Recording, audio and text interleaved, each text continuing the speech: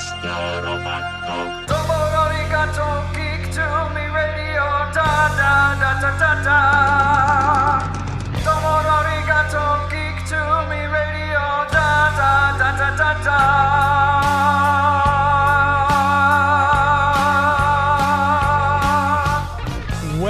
Welcome, geeks and nerds, girls and boys, to a brand new edition of Geek to Me Radio. Today we're joined by Emmy-nominated storyboard artist, director, writer, producer, Larry Houston, talking all about his career.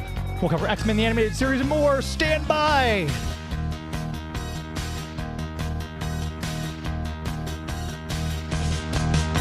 We're talking TV, comics and movies, and video games. And if you don't know Star Trek from Star Wars, we'll try to explain. There are 12 doctors for Hogwarts houses, one ring rules them all. To be the greatest Pokemon master, you must catch them all. You must catch them all. Try to catch them all. Gotta catch them all. Gotta catch them all. And if you're driving around the greater St. Louis area tonight, hearing this on the big 550 KTRS, thank you for tuning in. If you are streaming us out there in the world on parts throughout the internet, we thank you for tuning in there. And if you are hearing us after the fact in the podcast form, we appreciate your subscribing and listening. We have a lot to talk about with this guest, so we're going to dive right in. Emmy-nominated director, producer, writer, and storyboard artist, Mr. Larry Houston. How are you, sir? I'm doing fine. Good. Can you hear me? Yeah, I can see you and hear you. Yes, I apologize. The way we have the video set up, I don't know if you can actually see me unless you're looking at the actual feed, but we are streaming this on Twitch, on YouTube, and on Facebook, and on Instagram, I believe, as well. So everyone is seeing both of us. So thanks very much for your time today. I appreciate talking to you. Okay, great. Yeah, because I don't see you. I just see myself. Well, you're better off looking at you than you are at me, trust me. But I was going over all this stuff, and one of the things initially that kind of blew me away is I was today years old when I realized that you did the art for a lot of those He-Man mini comics and the Masters of the Universe things. Those I must have had a ton of those growing up, and it was really, I guess, when you think about my first introduction to comic books. Yeah, I got a chance to do about 10 or 12 of the He-Man mini comic books back in the mid '80s.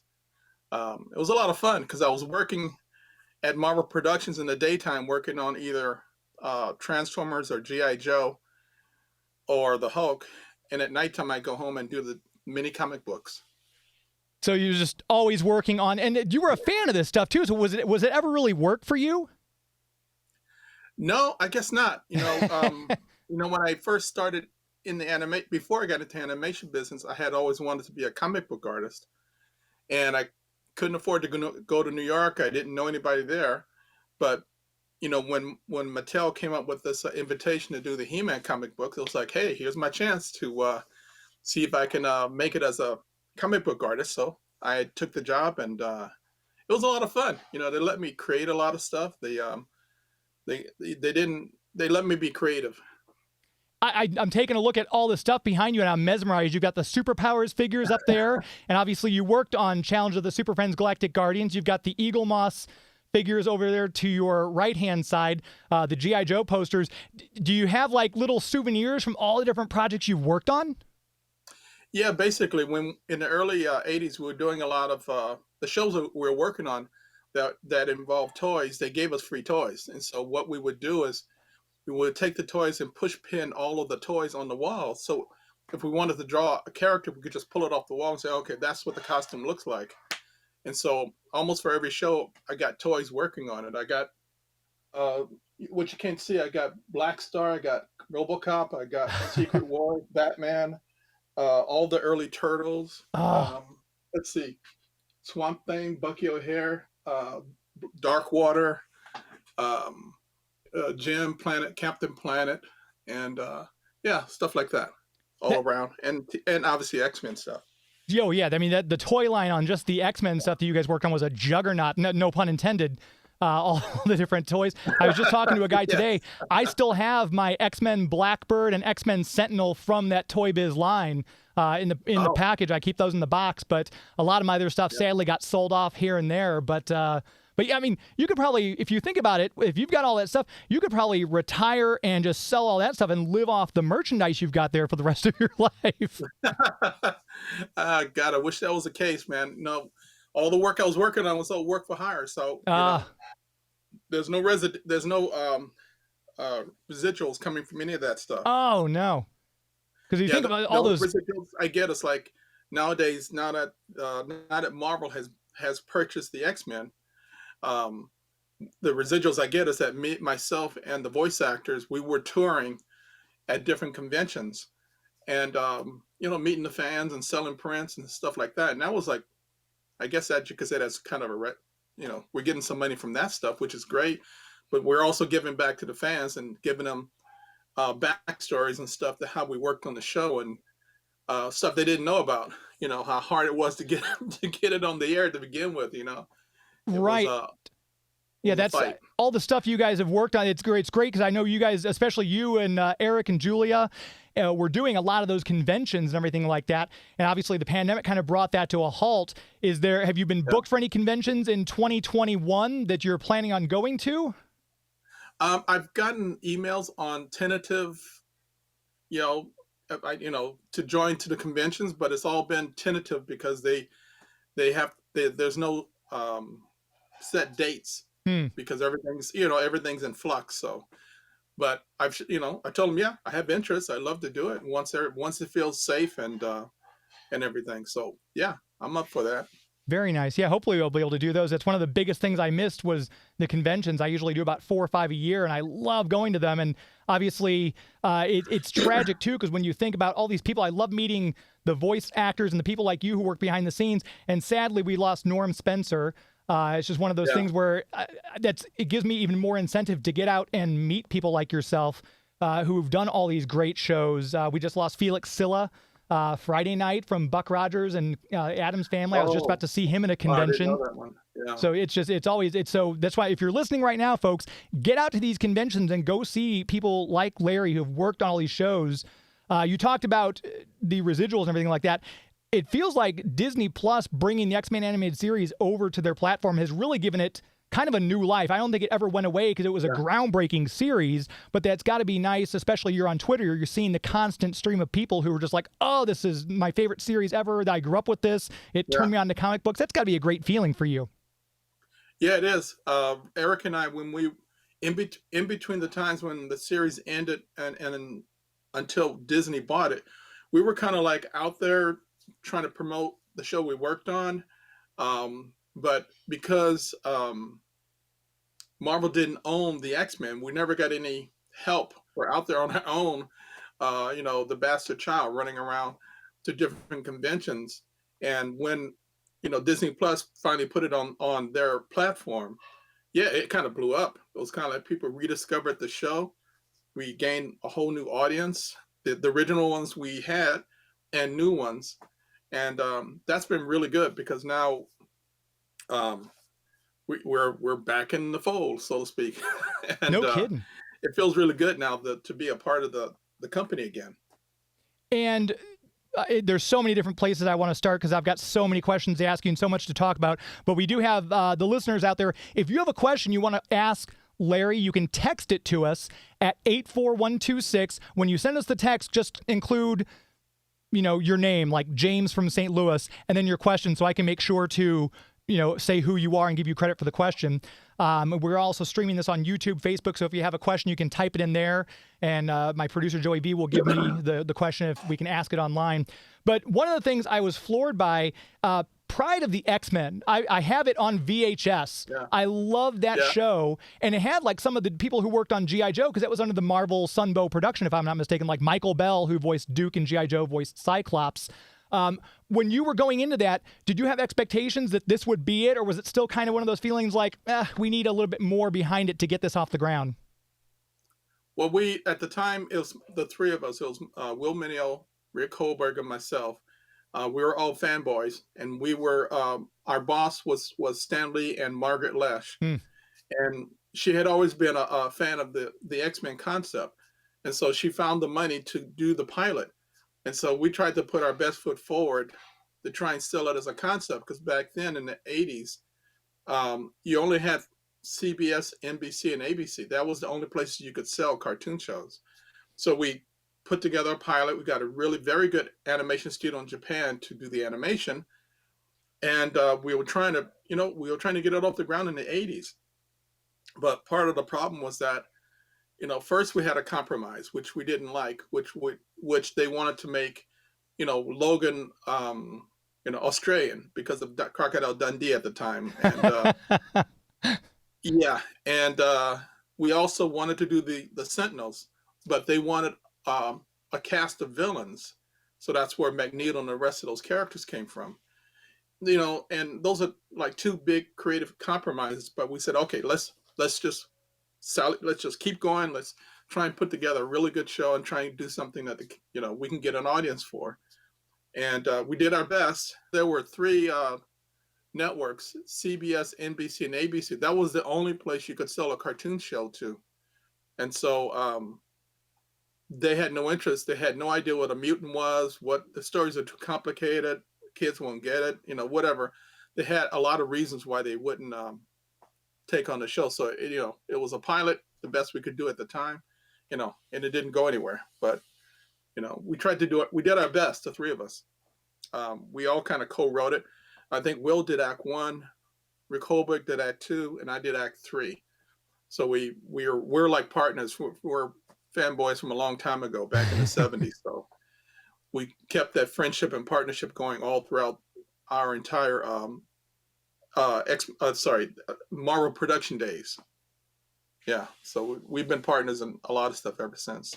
So when it finally comes to 1990, and we get the not the 90s, I should say, when we get the X-Men animated series, Night of the Sentinels, parts 1 and 2, had there been no network interference, would that have been what Pride of the X-Men might have looked like? Yes. If they had not been involved, that's very close to what the Pride of the X-Men would have been closer to. It would have been the X-Men instead of Magneto and the cadre of villains that we had at the time. And Night of the Sentinels, we had to fight. There's so many things that you guys don't know about the behind the scenes, that we had to do fights to keep out the product placements and dumbing down the show. And we had to fight to get a character die in the first episode. We had many fights, and at one point we tried to agree with them politically, but not really do it. Let them think they're winning. They instead of asking us, they were telling us, "You will do this, you will do that." Collectively, I think it was like 6 of us. Could have been 7, but we just said, I'm paraphrasing, but we're obviously the wrong creative team that you guys want, and we're all going to quit, get somebody new. Wow. So we all were walking away from it, and they backed off. But in backing off, they pretty much thought what we were doing was wrong, and we thought we were going to be one and done. And actually, they left me alone as the director on the show. They didn't really care, because they figured we were going to, crash and burn. But because of that, I knew this was my one second bite at the apple. And so I knew, okay, I got to make this first season the best season I can, because they're not going to let me do this again. And so they didn't micromanage me. So I just went ahead and just did the best show I could as a fanboy and as a professional, and do the best X-Men show that I could, because I've been a fan of the X-Men since it was created back in the 60s. And so for me, I get the question a lot of times, what's your favorite episode? And for me, it's the last episode, 13 of The Final Decision, because when I did that episode, there was no guarantee of a season 2. Yeah. That was my last show to do the X-Men in life, I thought. So I just put in the kitchen sink. I tried to make it as dramatic and powerful as I could. I changed things in the script. I rewrote scripts. I reformatted that last episode to make it the best I could. And literally, we all had our resumes. We were going to leave. And they, at the very last minute of doing posts on the show, they said, don't go anywhere. You got a season 2, but you got to change that ending because I directed the ending where it was like Gene and Scott on a picnic basket. They're thinking about getting married. Sunset, fade out. That was the end of the series, and so we had to take it and recut it, and then we created this computer scene with them, and we created like this shadow of Sinister coming in as like a setup for season 2. But that was literally at the last minute. Oh, wow. Because the writers and directors, all of us, we were gone. We figured that was it. That was my second shot at doing the X-Men. And it worked. You guys, at the conventions, I always thank the fans, because without the fans, that would have been it. That would have been it. Just season 1, that would have been it. But you guys hung in with the show. They liked the show. They liked what we were doing.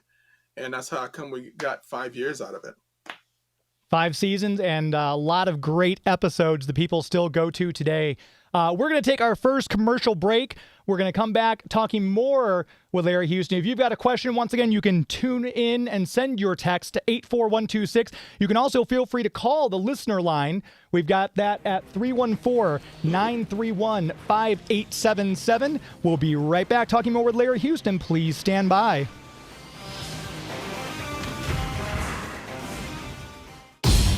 Hi, this is Greg Weissman, the creator of Gargoyles and co-creator of Young Justice, and you're listening to Geek to Me Radio. Stay well. Welcome back to Geek to Me Radio. Chatting this entire hour with director, writer, producer, storyboard artist Larry Houston. I want to make sure we mention our premier sponsor, the City of St. Charles, the Greater St. Charles Convention and Visitors Bureau. You can check out the website, discoverstcharles.com. It's a great time to get out if you are wanting to get some fresh air. Lots of stuff to do and see in St. Charles. You can bike ride the Katy Trail, take your dog out and play Frisbee in Frontier Park. A lot of great dining and shopping experiences. And these are all small businesses right here along South Main Street in St. Charles, folks. So if you want to get out and support small businesses, this is the way to do it. We're hopefully seeing a light at the end of the COVID tunnel, but if you're still not entirely safe, these restaurants are still offering curbside pickup. A lot of the stores are offering curbside pickup as well. And maybe you're thinking 2021, I want to get out there, I want to see something I haven't seen before, and you're from out of town, not been before, go to the website, discoverstcharles.com. You can plan your trip, lots of places to stay. There's always something to do, always something going on, festivals always coming down the pike. And as we always say, it's an historically good time. discoverstcharles.com. Chatting this hour with Larry Houston, talking all about his incredible career in animation and everything he's done. One of the things, we just had Greg Weissman bringing us back from commercial break, obviously Spectacular Spider-Man, one of the projects he worked on with you, Larry. And I know you also worked on Spider-Man and His Amazing Friends. I wanted to ask you about one thing in particular. You wrote the episode Swarm from Spider-Man and His Amazing Friends, and I really think this speaks to what a fan you must be, because he was a very obscure villain. First appearance in Champions number 14, was in Spectacular Spider-Man 36 and 37, but I mean, you could have written a story probably with Dr. Octopus, Green Goblin, Kingpin, but you chose Swarm, which I love, and it kind of shows what a fan you were. What made you decide to go with him as the villain? I was... at the time on Amazing Friends, we were actually having problems trying to get the first scripts approved by the network. And when the story editor came around in the studio, he kind of mentioned it, and I asked him, could I submit an idea? He said, yeah, sure, go ahead. So when I was thinking about it, I thought about, okay, the idea of a spider versus a bee, it popped in my head. Then I thought it kind of made me think, oh yeah, Swarm. Okay, then I came up with the story of creating Swarm for the bad guy, basically. And I wrote the premise, and we shipped it off to the networks. And I was like one of the first 2 that got approved by the network. Oh, wow. As like they wanted to go with it. And so they gave me the premise back. I went ahead and wrote the script. And I didn't get screen credit, but I got paid for it. But I wrote that episode, and I also storyboarded Act 1 of it, so I got to set up my own script. Oh, nice. And that was nice. And you've had so many hats. We talked about all the things you do. Is it easier when you're doing more than one thing for a specific episode? Like you wrote it and you also got to storyboard it, so it makes it easier on you from, I guess, both standpoints? Or is it sometimes easier to just be the storyboard artist or just be the writer? I do like doing both myself. So it was like I knew how to set up my own story, and I knew how I wanted to make it dramatic and have things, really set up the bad guy. So I'm really glad I got this chance to do that, because I had specific images in my mind as to what it should look like. So I'm glad I got a chance to do it that way. I wasn't the director of the episode. That was Don Jurwich. And so even though I wrote it and I directed that one, I didn't control the entire thing. At that time, I didn't get to be promoted to being director until I got on G.I. Joe, which is like a couple of years later. But it was good. I got out there, and I got a compliment from the networks. They really liked my episode. So it was a lot of encouragement for a 25-year-old. Yeah, no doubt. Compliments like that was great for my ego. It's like, yes, I'm on the right track. It gave me that kind of positive encouragement. And if it makes you feel any better at all, that episode also inspired my fear of bees. So thank you. But no, it was a great episode. And like I said, I remember seeing the comic book much later on when I was older. I'm like, that's the villain from that Spider-Man and His Amazing Friends, which is still my go-to Spider-Man. I still hear Dan Gilvezan's voice in my head. I've talked about it on the show multiple times. Joey's probably sick of me saying it. Yeah. And then, like we said, you got to work later on Spectacular Spider-Man, which that is probably, I'd say, one of the most popular animated series. When you get to work on several of these different incarnations, like you also worked on X-Men Evolution, is it a different kind of feeling going, because it's a different animation style, different themes that are going on, or is it kind of like just you're home again? You're working on the same characters basically at the end of the day. And for me, what I can say is that I've been a fanboy all my life, and the fact that I'm working on a cartoon show that I read as a kid, and I get to do storyboards on it, I'm just, I'm a kid in the candy store. Yeah. I love what I'm working on, and it was just like, Spider-Man, X-Men Evolution, hey, this is great, man. Give me more. I just enjoy it like to death, And you actually got your start in Filmation, I believe, was your first foray in, because you work in computers, I think, if I'm not mistaken, before you kind of launched your brand new career in animation that kind of just took off. So how was the transition going from what you were doing into, okay, now I'm working on producing these cool animated series? It was, well, for myself, I was in high school. I met with friends. We'd draw our own comic books for our own amusement. So I did my own version of the X-Men, Avengers, that kind of stuff. When I was getting ready to go out of high school, I told my mom I wanted to go to New York and be an artist. She said, "That's nice, dear, but you need to get a real job." So I got sidetracked into fixing computers for a living. I did that for like 7 years. And near the end of the 7th year, I was getting bored. I don't know how else to describe it. I was getting bored of working on computers. And I had friends that were working at Disney and Hanna-Barbera and all the other studios, telling me, come on down, get hired, you can work. So I bit the bullet saying, okay, I think I was like 24, maybe 25 at the time. And I said, well, I got to try. I thought being 30 years old was going to be old, but but I got to try it. No wife, no kids, I got to go for it. And so for me, I just, when I was working in computers, just imagine I'm running a computer, running a test. And at the same time, because it takes about an hour to run a test, I'm drawing superheroes, I'm drawing Captain America, I'm drawing whatever. My mind is somewhere else. And I knew I had to try. And the worst thing you can do is not take a chance Absolutely. on your dream, but take a chance on what you feel passionate about. And so I did the jump. I left computers, got hired at Filmation. And at the time I didn't know it, I was the first Black storyboard artist for Saturday Morning. But hey, I was happy have a job. Yeah. I was getting paid to draw cartoons, man. It was like so much fun. And I lucked out in that I went to Filmation to get hired as a layout artist, but I took the test and failed it twice. My artwork wasn't strong enough, but he saw the comic books I did as a kid in high school with my friends, you know, my version of the X-Men and Avengers and stuff.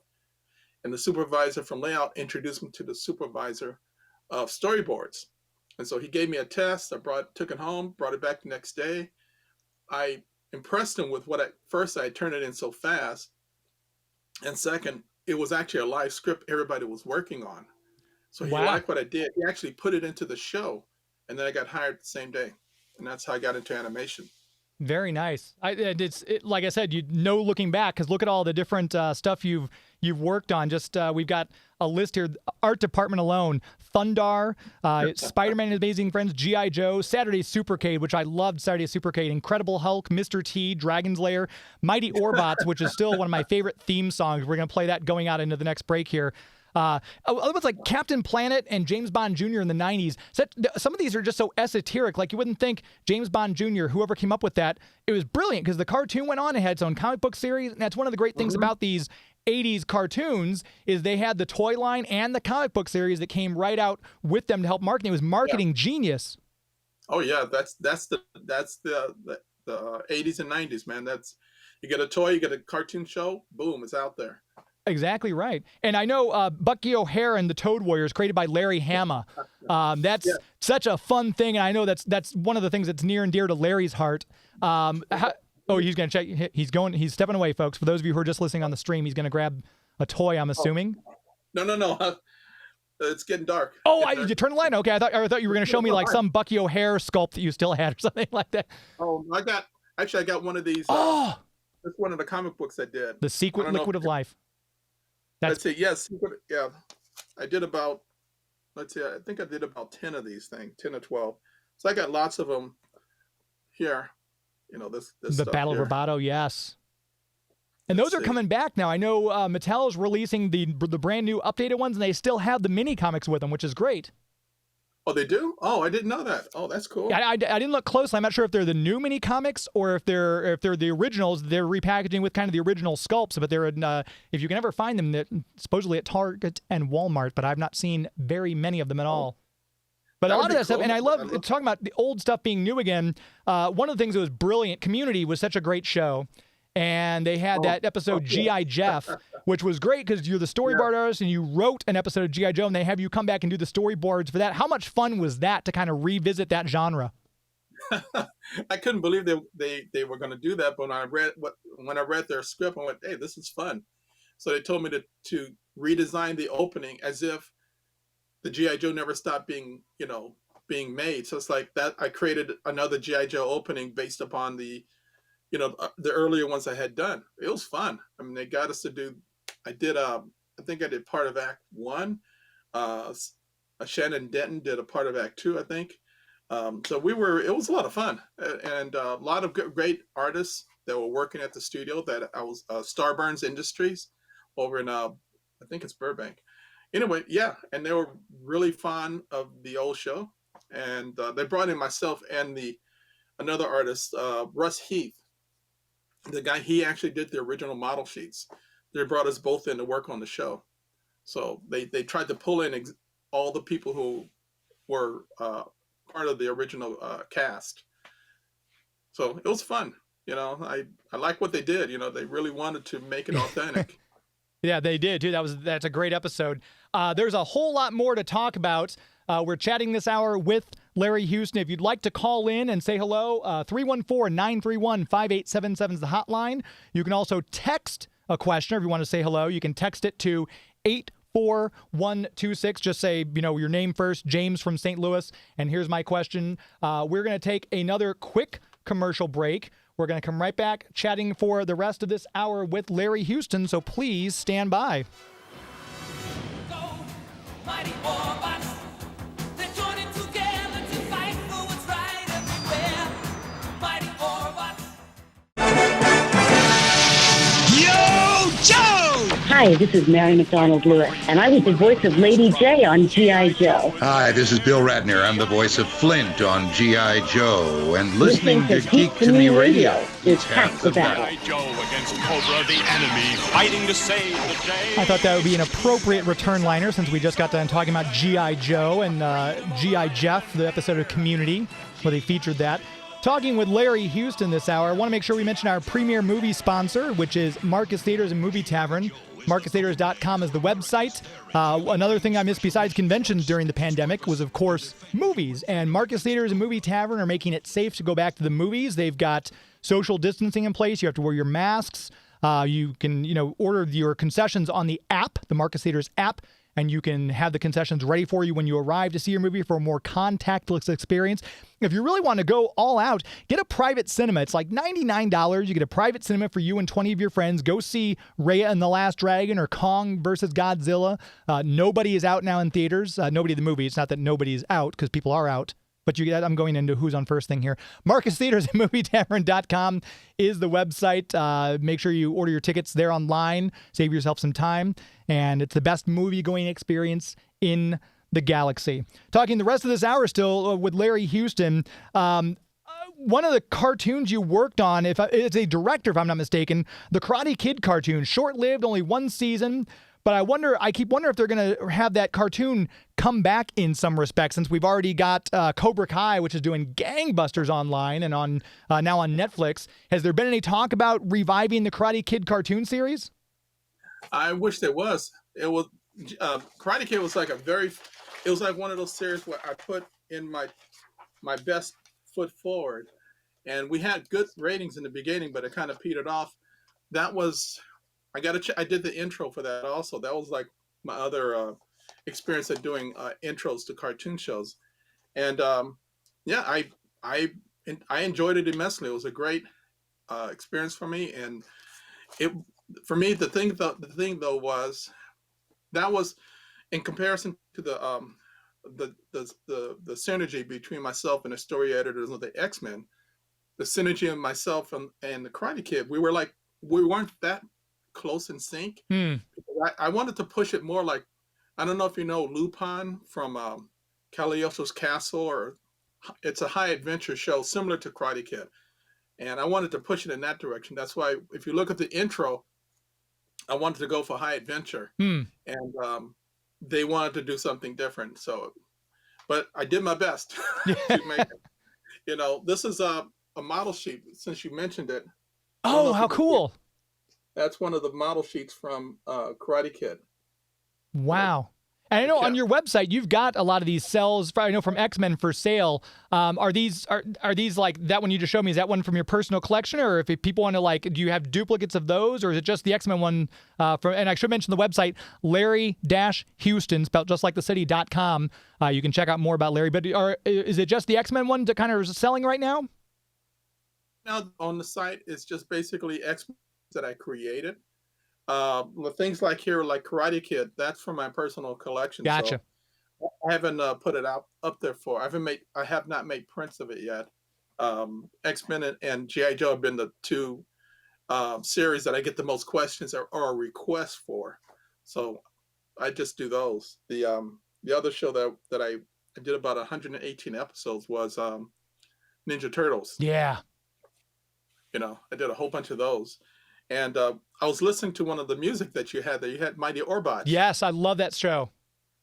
Yeah, because I worked on that show too. That was a lot of fun to work on that show. Yeah, I tried to pick out for the music when we go out to commercial. I tried to pick out ones that you've worked on.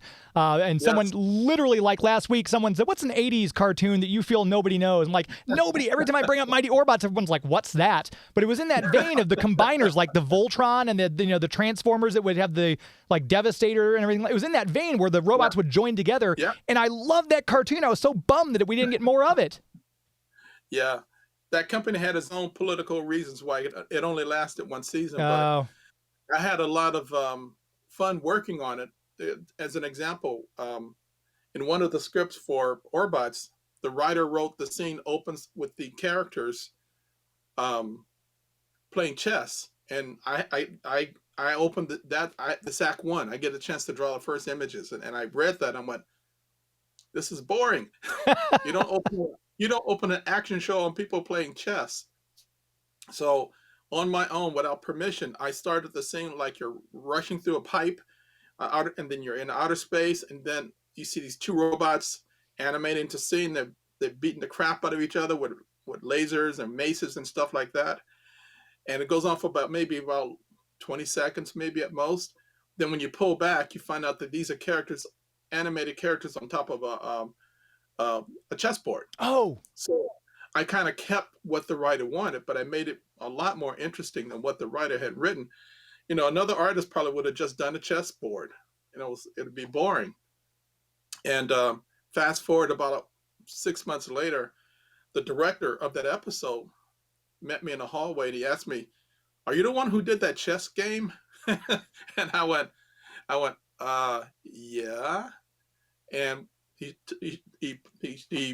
took out his hand and he shook my hand and said, "Thank you. You made the episode a lot more interesting." good. See, it's one of those things you go with your gut instinct, and obviously it paid off. That's great. Yeah, I tried to do my gut instincts on some other boards, and they didn't like it. So you never know, but I have to go with what I feel is the best for what I'm working on. I gotta do, if it means changing the script but making it better, I have to go in that direction. So it's a lot better if I'm in charge, because then I know what all I got pleases me, Yeah, exactly. Then you can approve whatever it is you've done on the storyboard. So that's always helpful when you're wearing multiple hats on a project. Yeah, that's how I got all those cameos or Easter eggs into the X-Men. Is that the first time I asked permission, they said no. So after that, I didn't ask permission. I just put them in.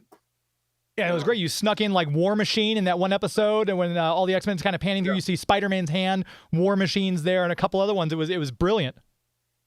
Yeah, I added those things, but I added all those Easter eggs in. But it's going to sound strange, but the system I found was that when I added those characters in, I never called them what they were. I never said this is Spider-Man's head. I never said that was War Machine. I gave them totally different names, and it just went through the system without a problem. But if my mistake for the first time was saying this is Spider-Man. They said, no, you can't do Spider-Man. So after that, I said, okay, fine. I'll do it another way. And I assume problems like that would be easier to deal with now, because now that just about every property is back under the Marvel Disney umbrella, where before I think Saban owned Spider-Man, Sony and Saban. You had Fox had the X-Men, so it was, I guess, much harder then. I assume it would be easier now. It should be. Back then, Marvel didn't want to give Saban rights they didn't negotiate. So I know that's part of the problem. Even though Saban was in charge of Spider-Man, they were in charge of Power Rangers, they were in charge of X-Men. But contractually, I guess there's some reason why they didn't want to do that. But as long as I didn't call, the Thor or Doctor Strange, I called it Mutant Magician or something like that. They had no problem with it.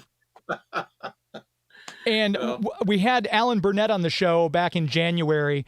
He was talking about Ozzy and Drix as one of his favorites that he doesn't feel gets enough love. And you worked on that one as well. Yes. There's so many projects you've worked on as well. Avengers United They Stand, which I feel doesn't get enough love, but that was a great little toy line they had out for that again. But you've worked on the Batman the Animated Series, Static Shock, X-Men Evolution we mentioned, Captain Planet. Do you have, out of all the projects you've worked on, is there any way you could say this is my favorite one, either because you directed most of it or you feel like a more attachment to the art because you storyboarded it, anything like that?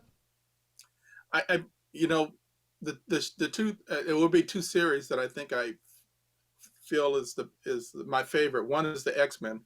The other one is, believe it or not, is Real Adventures of Johnny Quest, because on that series, I was given control, like exactly like what I had on the X-Men, and myself and my co-director Davis Doy, we were given the task of doing 26 new episodes. He took 13, I took 13, and we kind of were given all the reins of production, including hiring the writers, having writer meetings with the writers, so we knew exactly what we were going to get. We actually could approve everything. We were like the people in charge of everything. So X-Men and Real Adventures of Johnny Quest were the two at the top of my list of places that I've worked on and series that I've been able to influence in the best possible way. And talking about X-Men the Animated Series being one of your favorites, right now I've got a copy. If you're watching this on the video, I've got a copy here of Previously on X-Men. This book tells a lot of the stuff that Larry's been talking about, from Eric Lewald and Julia Lewald, about all the details behind it. I'm going to give away a copy of that book. If you want to text the answer to this question, you can text it to 84126. Make sure to put your name, so like James from St. Louis, and your answer to this question. Night of the Sentinels, we had part 1 and part 2. Morph dies in that. Spoilers for anyone who hasn't seen the series from 30 years ago. Originally, Larry has said in other interviews, that was supposed to be a different character, but they didn't use him. Originally, the original X-Man who died, Dave Cockerman, Len Wein from the comic books. If you can tell me who that character was in the comic books that died on the new X-Men's first mission, text it to us at 84126. I will send you a copy of Previously on X-Men if you get the answer to that question right. You can, once again, text that to 84126. If you have any questions for Larry, feel free to call in as well. Larry, I'm going to take one more commercial break. You're okay to stay with me for the rest of the hour, yeah? Yes. All right, perfect. We are going to take our next commercial break. We're going to come right back and chat more with Larry Houston. Please stand by.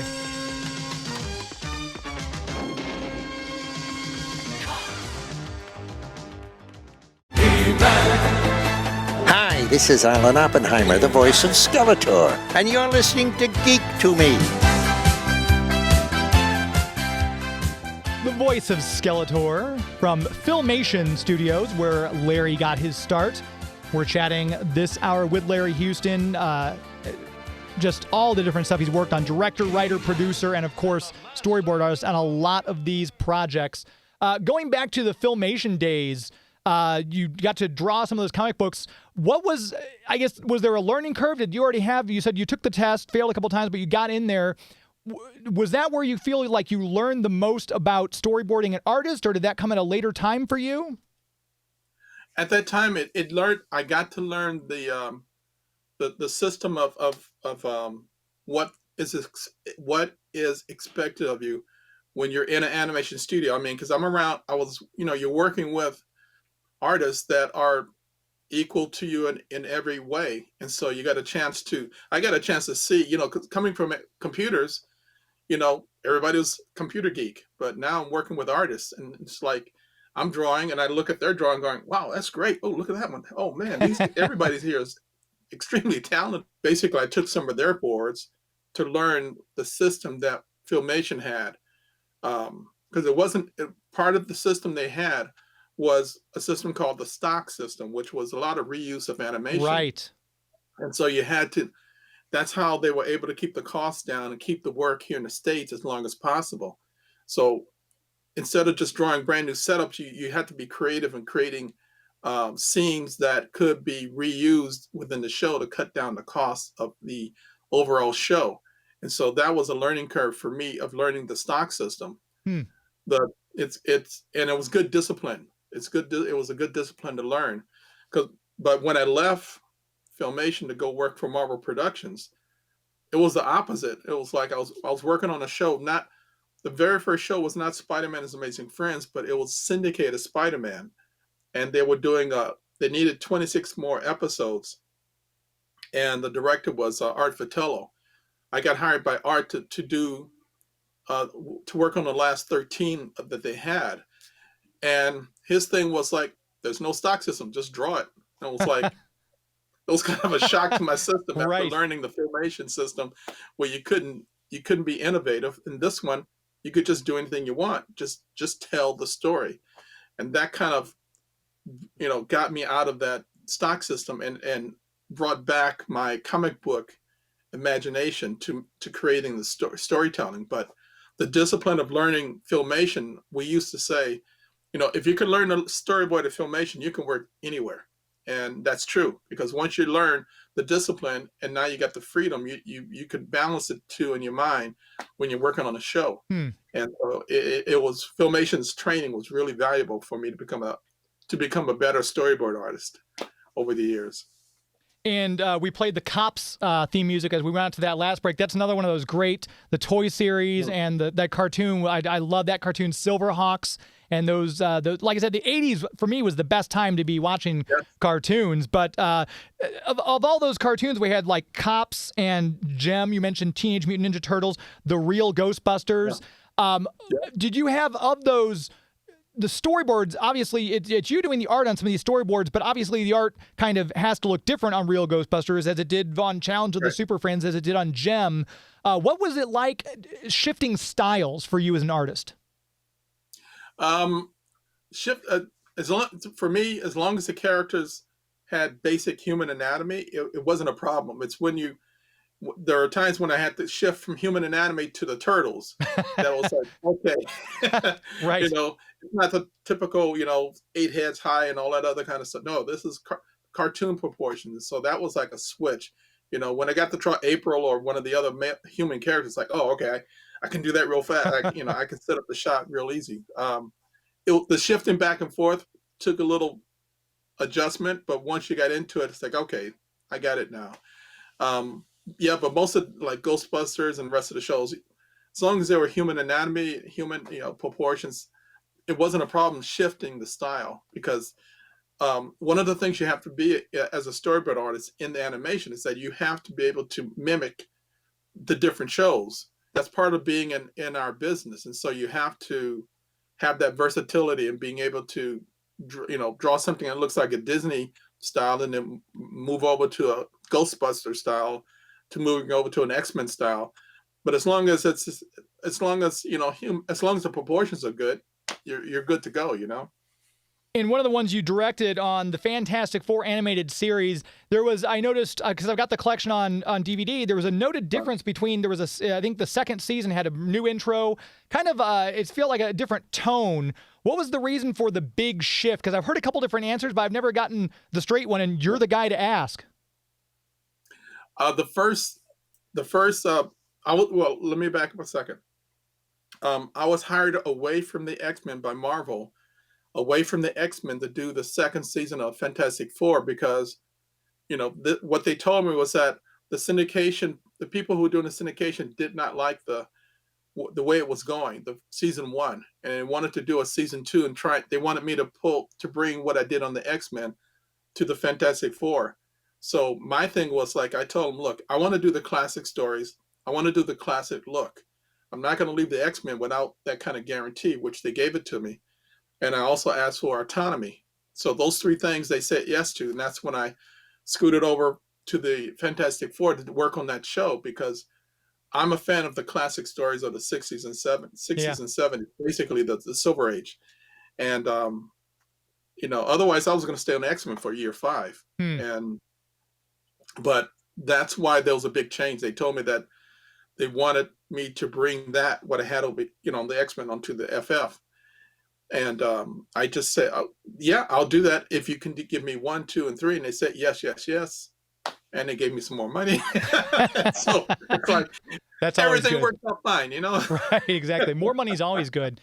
We're rapidly approaching the end of the hour. Larry, I feel like I've got 30 more questions I could ask you. So we're going to have you back if you're game for it at some point. Yes, that's fine. Yeah. Perfect. And I found some, you were talking about my website with the prints. Yeah. Like on the website, so I don't know if you can see any of this stuff. Oh, yes. But I create prints from the animated show that, I sign. Beast. Yeah, I sign autographs for this is what I would do at some of the conventions. I would just bring some of these things where people can see them and buy them. And so we want to mention the website too. Again, it's Larry-Houston. There's a gorgeous Phoenix print that can be yours right there. And then you can have Larry sign that. He'll send it to you lovingly packaged, I'm sure. There's Dark Phoenix for those of you who like a bad girl. Yep. We've got Larry-Houston. And again, we didn't get an answer to the trivia question, but we will try that again later on. Larry Houston, it's been an absolute delight to speak with you. You can catch him on Twitter at X-Men Director as well. You're very active on Twitter, so we look forward to hearing more from you. And like I said, we'll have to have you on the show again if you're up for it. Okay, we'll do. And also let your fans know that sometime in the future, there's something called Planet Size X-Men. and Marvel hired me to do a variant cover. So that's coming out in the future sometime. I don't know when. Perfect. But We'll it'll look for be- that on upcoming New Comic Book Day. Larry Houston, it's been brilliant to talk to you. Thank you so much for your time. Thank you, sir. Nice you invite. Thank you for inviting me. No problem. Glad to have you. And remember, you can catch the website, geektomeradio.com. Go there. You can see the archives of our previous interviews with all the other people we've mentioned. And this will be up on the website in the coming days. If you're hearing this online, thank you very much. Until next week, my friends. It's not in the way you love Scotty Young arts. It's not in the way you play Mario Karts. It's not in the way you look when you make Game of Thrones references. That's our show. This is Geek to Me Radio. That's our show. This is Geek to Me Radio. Thank you, Charles Xavier School for Gifted Youngsters. Good night.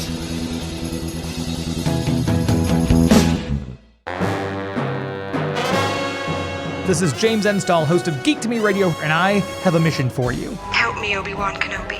You're my only hope. The next time you want to buy something from Amazon, go to geektomeradio.com first and click our Amazon affiliate link. Simply shop like you normally would, and when you check out, a small percentage will go to supporting the show. So remember, the next time you want to search Amazon for the latest Game of Thrones Blu-ray or Sonic screwdriver, click through from geektomeradio.com first. This tape will self-destruct in 5 seconds.